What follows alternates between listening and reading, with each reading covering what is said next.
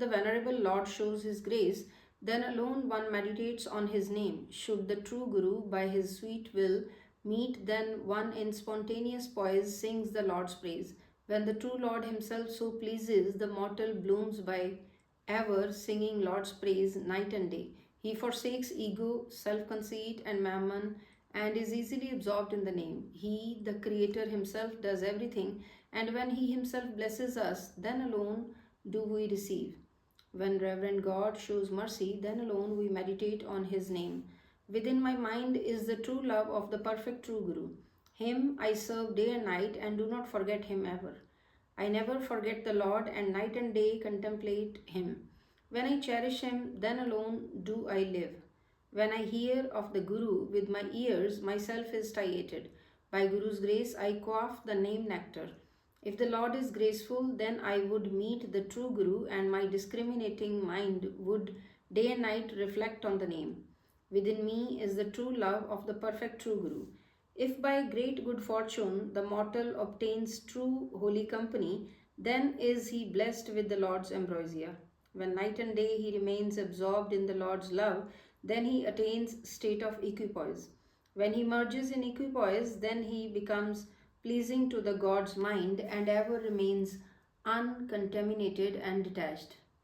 By embracing affection for the Lord's name, he obtains honor in his world, the world hereafter, and whole universe.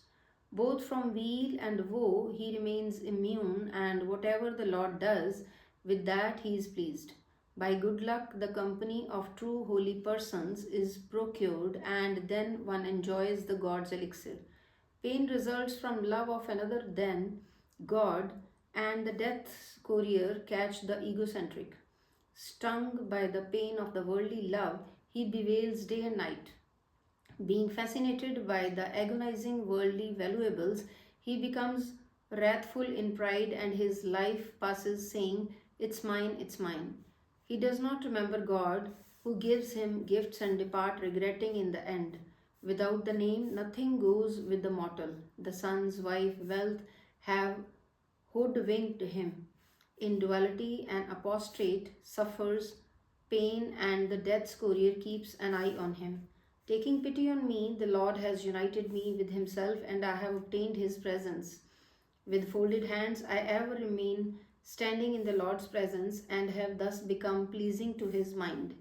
When man becomes pleasing to Lord's mind, then he merges in his will, and accepting the Lord's command, he obtains peace. Night and day he ever contemplates the Lord, and in ease repeats the name. It is only through the name that name and glory are obtained. The Lord's name is pleasing to Nanak's mind. O God, mercifully unite me with thyself and bless me to obtain divine mention. Tanasri, fifth Guru, Chant, the creator of all is one, the only one. He is realized by true Guru's grace. True Guru is compassionate to the humble. In his company, God's praise is sung. The nectar name of the Lord is uttered in the company of the holy. By meditating and contemplating on the Lord in the holy company, the agony of birth and death flees. They, for whom good destiny is writ from the very beginning, learn the truth, and their noose of death is snapped. Their dread and doubt flee. The mammon's knot is untied, and they never come on the path of the death. Nanak supplicates, "Take mercy on me, Lord, that I may ever sing thy praise." The one immaculate name is the support of the helpless. O beneficent Lord, thou art ever the bestower and shatterer of all suffering. O Creator, the destroyer of pain and the Lord of bliss, whoever seeks the shelter of the holy, him thou enablest to cross the most arduous world ocean in an instant. When I applied the Guru's collyrium of enlightenment to my eyes, I saw the Lord pervading everywhere. Nanak supplicates, may I ever meditate on him who is destroyer of all suffering and fear. By showing his mercy, the Lord has attached me to his sash. I am meritless, low and helpless, and Lord is inaccessible and infinite. Ever merciful and compassionate is my Lord. He is the establisher of the low. All the creatures are in thy power, O Lord, and thou takest care of all. The Lord himself is the creator, himself the enjoyer, and himself keeping all in mind. Nanak supplicates that he may live by singing the praises of God and contemplating on the name of the Lord. Without limit is thine sight, and priceless is thy name, O Lord. Thine slaves ever contemplate on thee, O my incomputable Master.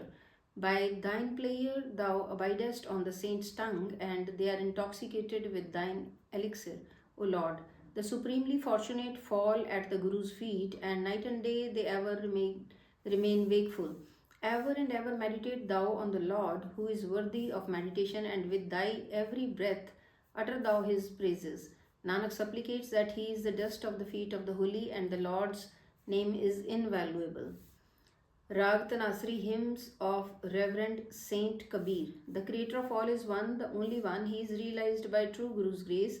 Personalities like Sanak, Sanand, Shiva, and Sheshnag have not realized thy truth, O Lord.